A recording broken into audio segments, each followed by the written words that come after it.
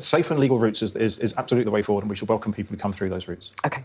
And now I want to talk Brexit. But there's no routes. You've not told us what the routes are. You've said, well, I assume they exist, without actually explaining them. Sophie Ridge, it's your job to press him on this. He's not answered the question. What are you doing? What is the plan on tackling small boats? Well, I mean, there's a whole host of actions that we are taking and need to take. And what the Prime Minister said is one of his key priorities is to stop the small boats. What the Prime Minister is saying is that we also need some legislation on top of what we are doing, so we can make sure that people who come to this country illegally are returned very quickly. And that's what I expect to see in the legislation. So just on the legislation, is it right, the reports this morning, that if you come to the UK illegally, then you're going to be banned from claiming asylum? I believe so, yes. So that's going to be as black and white as that? Legislation is very black and white. And how are you going to change the law? I don't know. I mean, it's not my portfolio, but we get a cabinet briefing pre-announcement, and we've been talking about this for quite some time. So I don't know the actual words of the legislation, but I know it has to be extremely clear because, like in my own portfolio of Northern Ireland, I know if you're not clear, people will pick at it. And we're expecting it Tuesday, is that right? I've got no idea. Okay. So what will happen to these people then? If you arrive on a small boat, you're banned from claiming asylum, what will happen to them? Are they going to go back to their own country? So this is just breaking the Refugee Convention. This is just breaking international law on this thing, right? Or just I guess repudiating the convention is probably a better way of putting that. Because they've just closed all the legal routes. So literally, no ability for anybody to be able to claim any asylum who's not coming from Afghanistan, Syria, or Ukraine. Those are the only three places that we have agreements with, as far as I'm aware. They're going to be taken to Rwanda. Well, quite possibly all of those things, or any of those things. But also, there is part of this is actually making sure that we have a very strong and good relationship with France, which the Prime Minister has been building, because we need France also to help us in this situation. Part of it's also other European countries through which these people travel or are trafficked before they come here. So part of this is also, you could say, in our international aid budget, where we are trying to make sure economies are built properly so people don't feel the need to travel from the original country. So it's a whole batch of different things. But should people come to this country illegally, then they will be returned. They still won't answer the question, right? We all remember the Parliamentary Select Committee, where an MP asks Suella Braverman how somebody who is coming from outside Afghanistan, Syria, or Ukraine would therefore be able to apply for asylum in the UK, and how they would be able to get to the UK to try and declare asylum as well. And she couldn't answer the fucking question. No one's answered this question for me. Say, for example, someone was trying to claim asylum from the war in Tigray or in Yemen, for example. Like no one can actually, or the Tigray war I think might have finished now, but no one at any point has detailed to me the ways in which these people would actually get to the UK to be able to declare asylum. Turned or sent to somewhere like Rwanda, which is a legal scheme proven to be so in the High Court, as we move forward. Yeah, you're absolutely right, Fancy Wookie, in that there's so much of the discussion that we're having around this is they're trying to smuggle in this idea that the only reason anybody would be coming on a small boat is specifically because they've been trafficked, and not because they literally have no other recourse because all the legal routes have been closed. That's what I find very frustrating about all this. And it's very, very clear that with the language wise, instead of saying travelling and saying trafficked, to try and, manufacture consent for the people, to try and, when they're watching this kind of stuff, to think, oh, well, if they've arrived on a boat, then, there must be something untoward happening here, rather than it just being people's last resort, because all other routes to be able to claim asylum in any other way have all been closed. Obviously, to stay in this country and to claim asylum in the future, you're going to need to do so through a legal route. Now, there are clear legal routes to claim asylum if you're from Ukraine, Afghanistan or Hong Kong. If you're not from one of those countries, what is the legal route? Yeah, well, I'm quite sure there'll be more safe and legal routes, and that's why, and that's why we have them. And you're quite right; they've been proven to work. He can't even say it. He just says, "I'm sure they are. We've proven to work. They don't fucking exist. Tell me what the route is." They can't. They can't actually tell anybody what any of this is. I preempted it, right? I was literally saying it 5 seconds before he said it. I was saying they get asked what the routes are, and they literally cannot fucking tell you what any of the routes are at all. They just assume that it exists, and then refuse to actually have a discussion around it. And because the reason why is because they don't fucking exist. And actually, the level of illegal asylum, illegal migrants coming to this country, the way the number that will come in, of course, all sorts of. Unfortunately, James, when when a country in the global north breaks international law, they don't get punished. They don't get punished for it. They just get a slap on the wrist. Naughty, naughty, bad UK, bad. Don't do that again. We'll write you a letter telling you how angry we are for not adhering to the Refugee Convention. Whereas if it was a country in the global south, there'd be fucking sanctions immediately, right?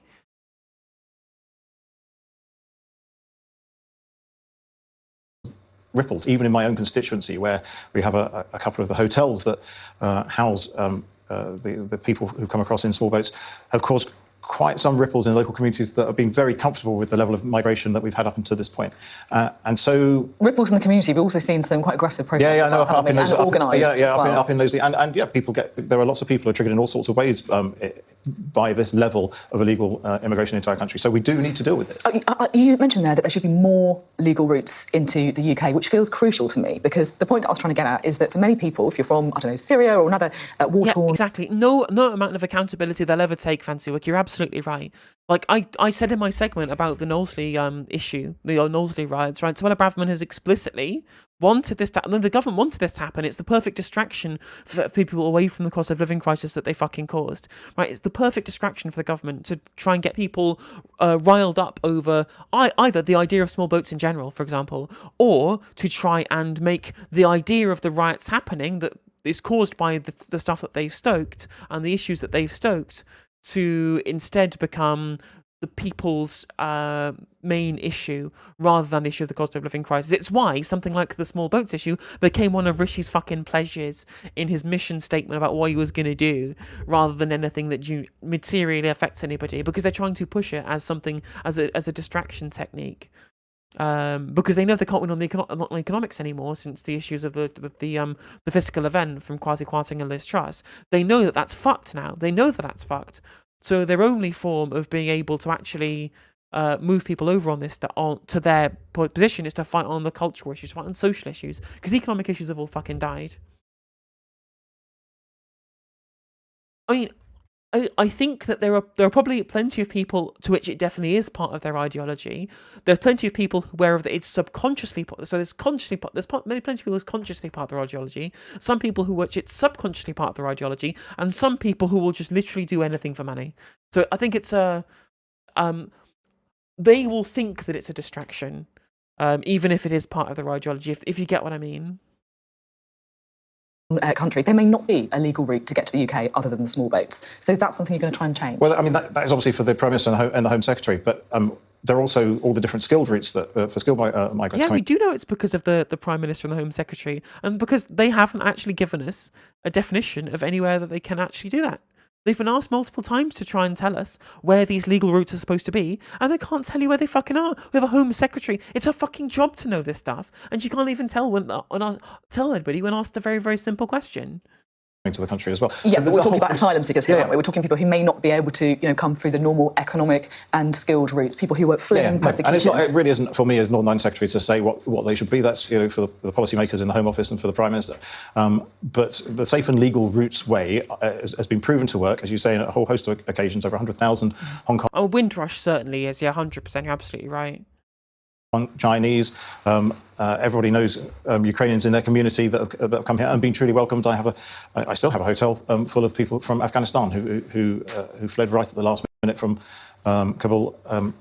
Yes, it's because if there's Afghanistan, there's already systems in place to be able to give them legal routes. But we're talking about countries outside of Afghanistan, because that's the issue. The people arriving on the small boats are from places like Iran. Obviously, there's some from Albania, some from Ethiopia, etc., right? We're not asking about Afghanistan. We already know the legal routes exist because there's special dispensation because of the pullout from Afghanistan a couple of years ago, right? We already know those legal routes exist. We're not asking you about that. We're asking about the legal routes elsewhere for other countries. 18 months ago, who have been truly welcomed into those local communities. And so it's really important that we need to get this right. And you think that it should be expanded so that other people who are not from the countries that I mentioned should be having... I think that safe and legal routes is absolutely the way forward, and we should welcome people who come through those routes. OK. Now, I want to talk Brexit. But there's no roots. You've not told us what the fucking roots are. You've said, well, I assume they exist, without actually explaining them. Sophie Ridge, it's your job to press him on this. He's not answered the fucking question. What are you doing? This is pathetic. Before we do, Ukrainian forces are under real pressure right now in Bakhmut. Reports in the Sunday Times that Rishi Sunak is set to announce billions of pounds more funding for the defence budget next weekend. And not only do many people come in... the other thing is that there's plenty of other people who there are just because they've overstayed visas, for example. And when you actually look at the amount of processing that was done, again, I hate to fucking praise Tony Blair and the Blair administration, but at least when there was, an asylum crises happening during the Blair administration, they were able to process double the amount of asylum claims that we are getting now. Except there was no backlog; they all actually got processed.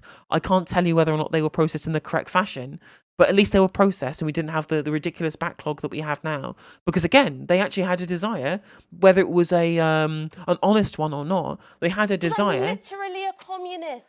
Squid, thank you for joining the stream. Thank you very much today. At least they had a desire to be able to fulfill the function of government, rather than to just use the government as a way of being able to fund future election campaigns and to agitate for future election campaigns.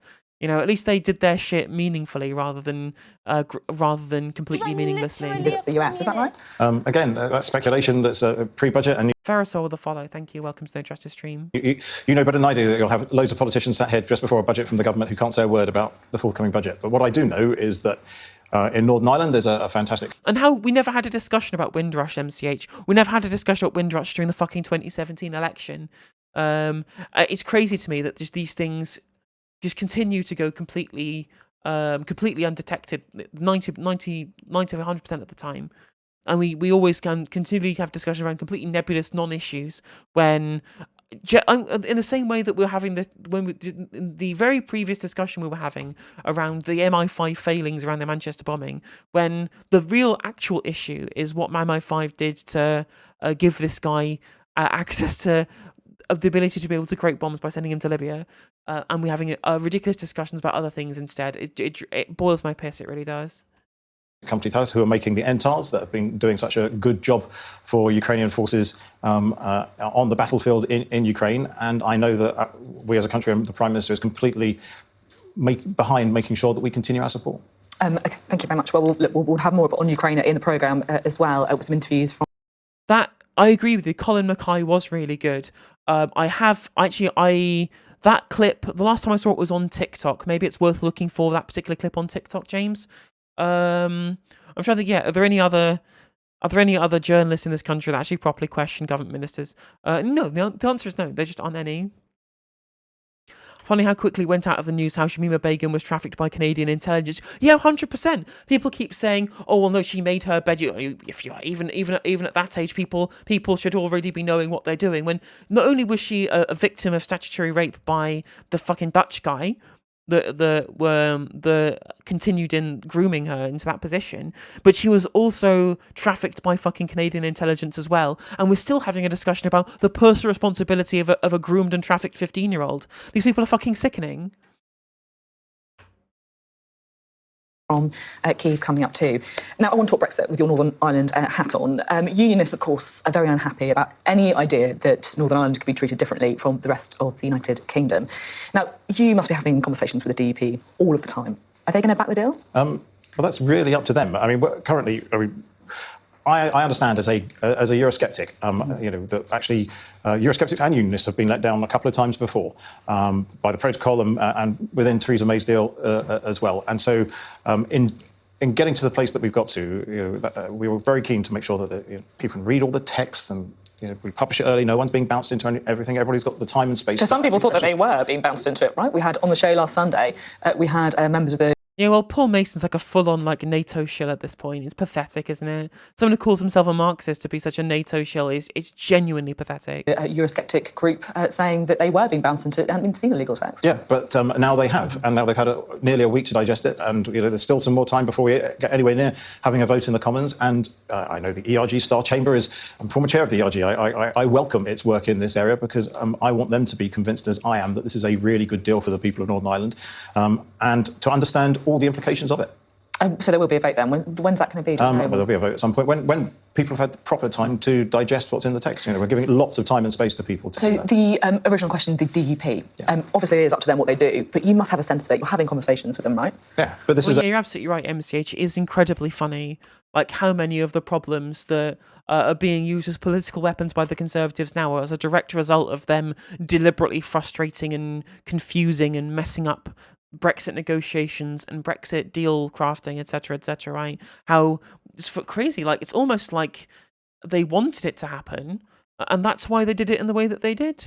I actually think there are I know there are a range of views within the DUP themselves, and so it's not for me to manage another party. I was Boris Johnson's chief whip. It was very difficult just to manage my own. So I'm not going to second guess what another political party will do, but they've asked for clarifications in a number of areas, and we are going to give them that clarification. There's technical talks that are ongoing with all the political parties in Northern Ireland this coming week about how the Stormont break will work, because that's a new innovative way of making sure that people do have a democratic say over some of the rules that affect them. So let's talk about that, shall we? Because that was one of the clarifications, as you said, that some people are looking for.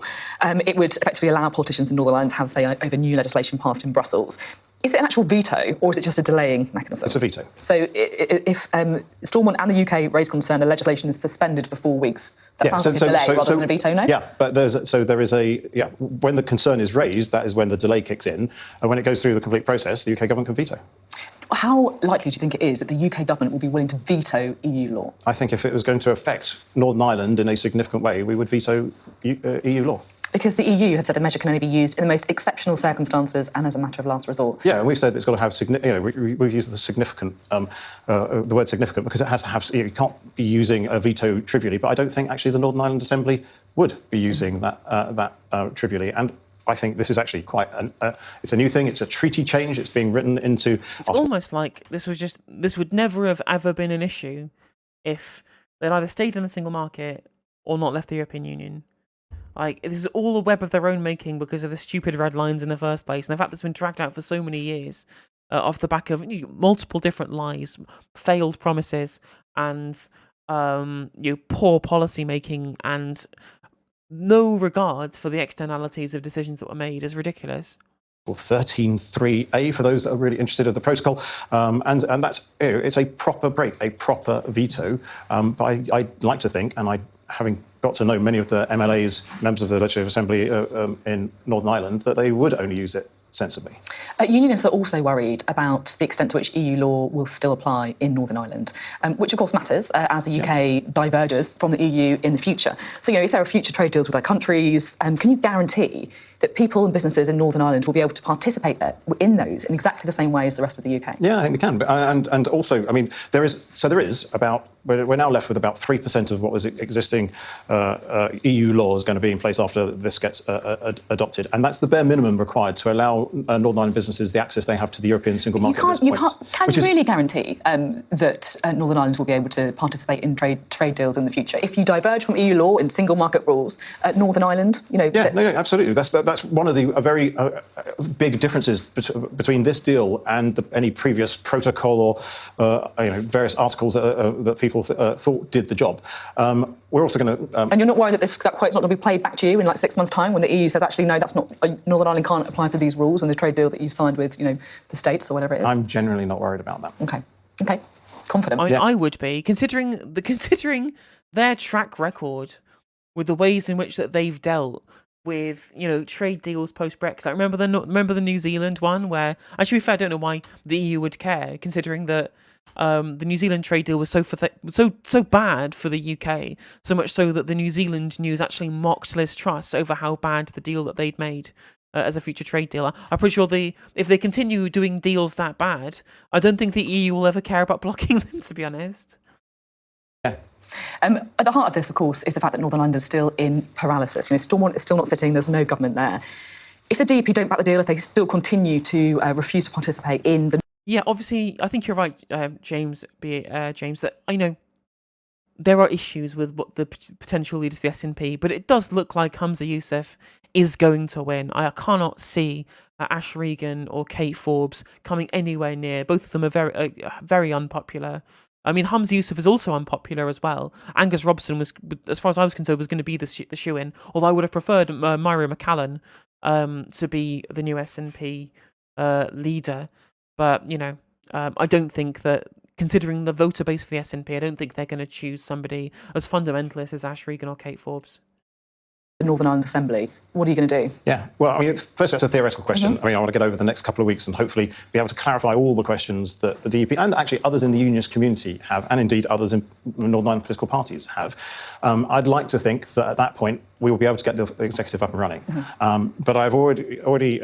I think Forbes is ahead in public, in positive, in approval ratings. That's the one. But I think when you actually look at who's going to have the best chance, I think most of the odds have gone on Hamza Yusuf. Last week we were passing legislation through Parliament called the Executive Formation Act, which allows me to have the opportunity to call elections at any point during the next year, should that be required. There are other routes forward, and we need to do things on governance if that is the case. However, I'm a glass half full man. I believe we can get this right. I think the Windsor Framework is an amazing leap forward. I do think it actually delivers on all the questions that have been asked. We need to clarify some of those for some of the unionist community. I'm absolutely up for doing that. Is there a time frame by which, if Stormont isn't up and running, you're going to say, right, that's it, I need to push the button on an election? No, I've learned from previous lessons in Northern Ireland that you don't set time frames, and even if you have one in your mind, you would never give it publicly. OK. And now you clearly think this is a good deal for Northern Ireland and the rest of the UK. I just want to play you what the Prime Minister said when he announced the details of the deal. Let's have a listen. If only the EU weren't such gloomsters and doomsters who didn't properly appreciate that Bojo's oven-ready deal wasn't meant to be implemented as stated. Well, yeah, true. Northern Ireland is in the unbelievably special position, unique position in the entire world, European continent, in having privileged access, not just to the UK home market, but also the European Union single market. Nobody else has that. No one. Only you guys, only here. And that is the prize. Can you think of any I'm other genuinely surprised the EU agreed to this stuff. And I think I said previously on stream that my guess is that they were just bored. They were bored of the negotiations. They just wanted it over with. And the UK negotiators are just they'd run down the clock far enough. So much so that the EU was like, fuck it. At this point, who cares? Just, take it. Take your bloody Brexit deal. There you go. You whatever. You do what you need to do. And we will cave and let somebody get the best of both worlds, which is really what the EU didn't want. The EU did not want to position the people to be in a position where someone was getting the best of both worlds. But, if I was them, I would also be in that same position too. Countries that used to have, the benefit to that prize as well, access to the UK market and the single market. I hear your question, and actually, I was interested in the statement that when the Prime Minister made his statement on Monday evening, that Plaid Cymru and Scottish Nationalists were saying, "Oh, we quite like that sounds deal, like a good deal. We'd like that deal." But we have the benefits of leaving the European Union, and we've got the cooperation agreement, trade cooperation agreement with the European Union. And now having sorted the protocol... Can you tell me what those benefits are? And if those benefits aren't requisitioning the North Sea and engaging in mass nationalisation, I don't want to hear about them. But unfortunately, any of the actual benefits that he wants with regards to kind of capitalist economics, he can't tell us because they don't fucking exist. I believe that Northern Ireland is in the position that the Prime Minister said it is. It's interesting you mentioned there people in Scotland and Wales saying we quite like the deal that Northern Ireland has. I mean, particularly in Scotland where people voted to remain. Can you see that there may be an argument that actually they should be able to? I mean, if we're going to take anything from this absolute fucking mess of Brexit negotiations and this mess of everything that's happened with regards to Scottish independence, this mess about devolution. If anything is good about all of this, is we're so much closer to the end of the UK as an entity. So much closer to the splitting of the union, which at least we've got that. At least we can take solace in the fact that hopefully at some point all of these issues with regards to the bungling of the Brexit deal, with the bungling of devolution, we might just end up with a United Ireland and independent Scotland. So we are going to benefit from, as a whole country now, from leaving the European Union and not having laws imposed on us that we have no control over. Scotland as well. Northern Ireland was not in that place because there's always been some sort of agreement or protocol that has not allowed Northern Ireland to leave the European Union. Now that's what we are completing that job, and Northern Ireland by accepting that there's going to be this 3% of EU laws, the bare minimum, will also maintain its position the Prime Minister was outlining. You're a Eurosceptic, obviously. Is Brexit made us poorer? No. What, the OBR predicts both exports and imports will be 50% lower in the long run than if the UK had remained in the EU. I mean, the Bank of England predicts the UK suffering loss of business and is splitting the union a good thing? Seems like Ireland, Scotland and Wales are possibly the only things keeping England sane. I mean, that's true, Donny Marco, but unfortunately I think that the needs of Northern Ireland, Scotland and Wales to be able to gain the advantage of not having to be attached to us is worth having to deal with the fallout of people in England going even further insane and even further down the rabbit hole. Unfortunately, Scotland, Wales and Northern Ireland cannot be responsible for England forever, as much as I wish that they would keep us sane. Zoop, I'm playing in Sultai. This is a game in Explorer. I think I'm going to switch back to playing Standard in a sec. Investment worth 29 billion. I understand the arguments about autonomy, about democracy, but on has it made us poorer? You say no. I say no. What's your evidence for that? My evidence is that we are still a growing economy. We're doing really well. We've had. We're the only country in the G7 to have a smaller economy than pre-pandemic. Yeah, but it depends on which year you're measuring and where. No, but if we deviate from EU manufacturing and import standards, that's less regulation, and the less regulation there is, the more gooder the world is, right? The more gooder things are, the less regulation there is. That's how economics works. I can do economics good. Less regulation equals more gooder.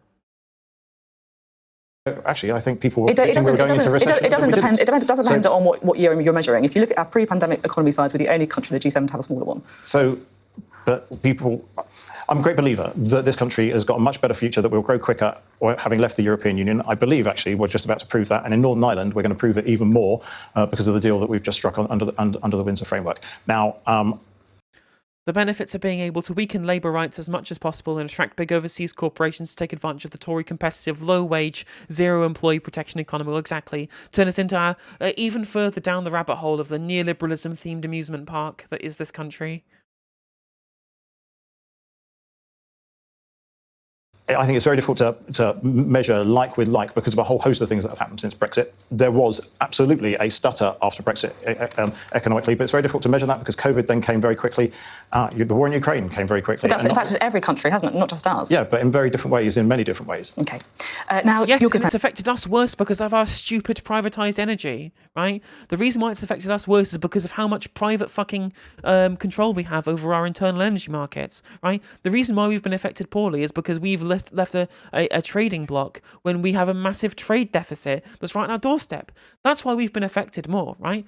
You're right. You're absolutely right that this has been each country has been affected in different ways. That's a correct statement, and it is literally the entirety of the fall of neoliberal economics why we have been affected much worse than everywhere else. But he won't admit that, of course, will he? And they won't. And Sophie Ridge, she won't question him on that either.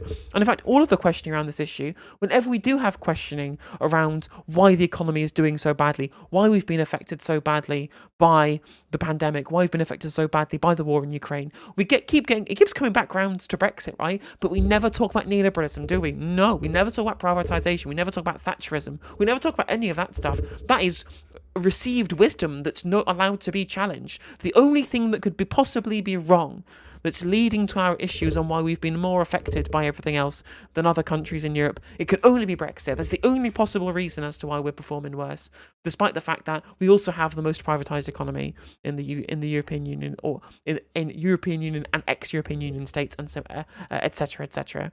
And that's the reason why we are massively unequal and why we have all of these issues and to do with the cost of living crisis worse than everybody else in Europe. And it's fundamentally neoliberalism, and it's compounded by issues of Brexit as well. But Brexit is not the principal issue here. Friends with Boris Johnson. He has said that the New Deal is not about the UK taking back control. It will act as a drag anchor on divergence from the EU, and as a result, he'll find it difficult to vote for it. Have you spoken to the former Prime Minister about the deal? Yeah, I've had a couple of conversations with him, and I was his chief whip. So I'd like to think by the time we get to the vote, I would have cunningly persuaded him that he actually needs to vote for the deal. Are you optimistic that you're going to be able to succeed in persuading him? Well, Boris is a law unto himself in many ways, but he's a great man, a wise man, an honest man, and I believe he'll come to see that it's a good idea.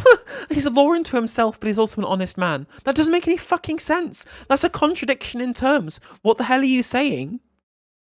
Like, given all of the revelations that we've had around Partygate in the run-up to the hearings that are happening moving forward, how can you possibly defend him? Like, how is it even good for you on like the electoral basics, right? You're supposed to be in campaigning mode all the time. How is it going to help you guys to continue to try and pretend that Boris Johnson isn't a piece of shit when everyone hates him? His approval ratings are really fucking low. I mean, to be fair, not as low as Sunak's, but still pretty fucking low. Defending him it doesn't do you gain nothing from this continual defense of him. So what the hell are you doing? Yeah. You say he's an honest man. The Privilege Committee is investigating whether he misled Parliament over Partygate. Is he a man of integrity? Yes, 100%. Because, of course, if he's found... Like, what... This is when people keep telling me, oh no, they're evil or they're just bad people. I'm like, well, yeah, obviously they are. They are both of those things. But you cannot tell me they're not also stupid. You're supposed to be trying to position yourself to win the next election. What the fuck are you doing trying to defend the indefensible? This isn't going to go well for you. ...to have misled Parliament. Do you think that is going to impact his career? Do you think he'll have to I don't think he'll be found to have misled Parliament. When I became his chief whip, we're just all this Partygate stuff had started. I saw him behind the scenes. I know exactly what he's like. I do not believe for 1 second Boris knowingly misled Parliament. You don't believe? But I mean, he did conspire to get a journalist beaten up, so there is that, right? There is that. But that's a different question to whether he is found to have misled Parliament by the Privileges Committee. And I have to say, the evidence that they've released so far suggests it's trending in one direction. I think in this country you're innocent until you're proven guilty, and I think that I'm absolutely convinced Boris did not knowingly mislead Parliament. Allies of Boris Johnson have... I get innocent until proven guilty. I get that, right? Sure. You know, I'm willing to work with you on that one. But sometimes the evidence is just so damning. When literally we have the photos, we know exactly what went on, we've literally seen it. We know that he misled Parliament, and if so, then Rishi Sunak has also misled Parliament as well. Why are you continuing with this game, with this nonsense game where you just try and pretend that what we're seeing in front of our eyes isn't what really happened? Like, you gain nothing from this. Have thrown a bit of mud, shall we say, in the direction of Sue Gray, who, of course, was leading the inquiry into Parliament on the civil service. She's now going to go and become Keir Starmer's chief of staff. Is that a problem? No, I don't think so. I think this is where Keir can help out his new chief of staff by just publishing all the messages and things he might have had with her at that point in time. I've dealt with Sue Gray as in the Northern Ireland office as a civil servant. I see her as a woman of integrity as well. So I have no issue with that. And this is what shows you, right? It shows you how much of it is.